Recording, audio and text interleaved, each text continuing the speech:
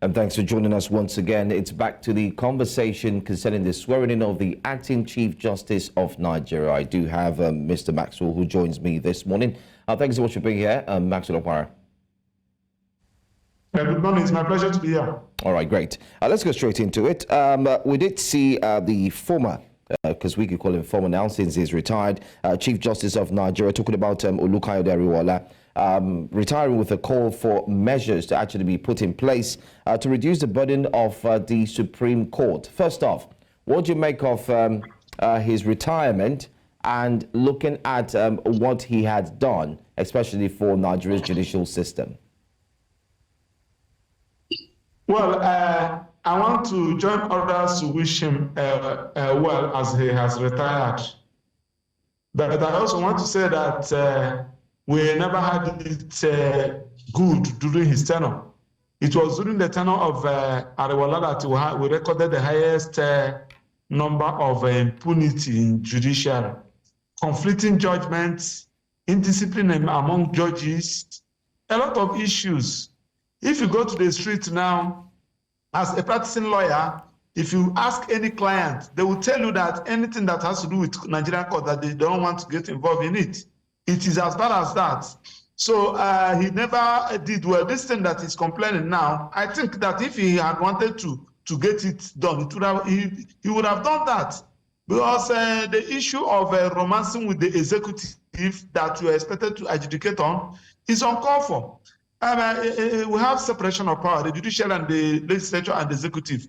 And the most sensitive aspect of them is the judiciary, because the judiciary is to strengthen the law, is to interpret the law. There are some matters that are not supposed to go to Supreme Court. Yes, I must say that. And there are some motions that have been lying in the Supreme Court for years. What are those motions doing there? So the new CJN has a lot of work to do, starting from sanitizing the system, discipline of the judges. We have seen a situation whereby two judges who have coordinate jurisdiction, giving conflicting, this one will say give order A, this one will give order B. So I think that we have a functional judiciary, the CJN that is, who is the chairman of NJC, that's ready to discipline the judges. We'll get it right. So Kudirat Kekere-Ekun, who will be sworn in a few hours from now, we encourage him because he has a lot of work to do. We encourage him to do more, to do well, to sanitize the system, let people reinstate the hope of Nigerians on the judiciary. I can tell you that any person you ask now that has to do with the recovery of premises, recovery of debt, declaration of title to land, if you are talking about court, unlawful termination of appointment, if you are talking about court, he will say, no, forget about court. I don't think that I will get justice. It's as bad as that. So the new CJN, I believe that he will do more. All right, predicting that she will do more. What aspects in particular do you think that she needs to quickly work on, especially looking at the fact that she'll be sworn in a few hours from now? The issue of discipline of judges. When a petition is being written against a judge, make sure that petition is treated on its merit.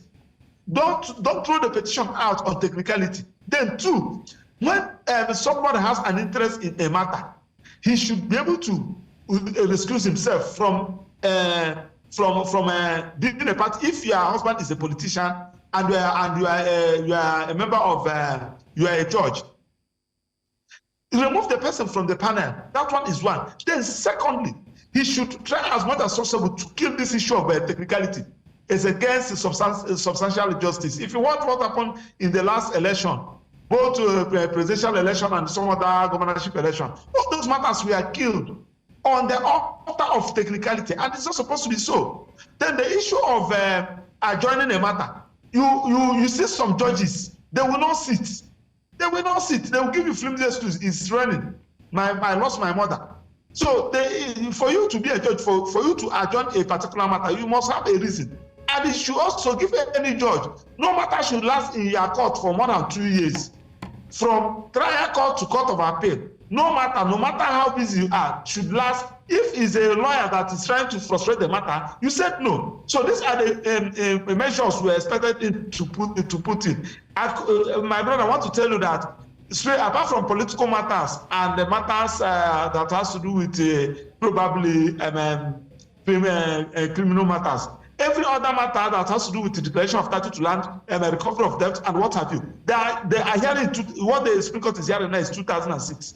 2006, they have not even gone to 2007, they have not gone to 2008. And if you watch all these matters, these are the matters that they can have a special panel, sit for complete 2 weeks, terminate all of them, terminate most of them. So piling them, it is uncalled for. And this issue of somebody going from the back to get a date from the Supreme Court, you will see somebody file a matter in 2005. Nobody has given you a date. And somebody that just filed a matter in 2020 or 2021 has gotten a date. You should also look into that from the registrar. So these are the things. Personally, I will also give him a memo, a comprehensive memo. The area I feel that he can touch, and the things that I expected that he can do. I think for us to get it right. All right. A lot has been said there, but I want to say thank you so much, legal practitioner, for joining us. Max Olokwara, we truly appreciate your time.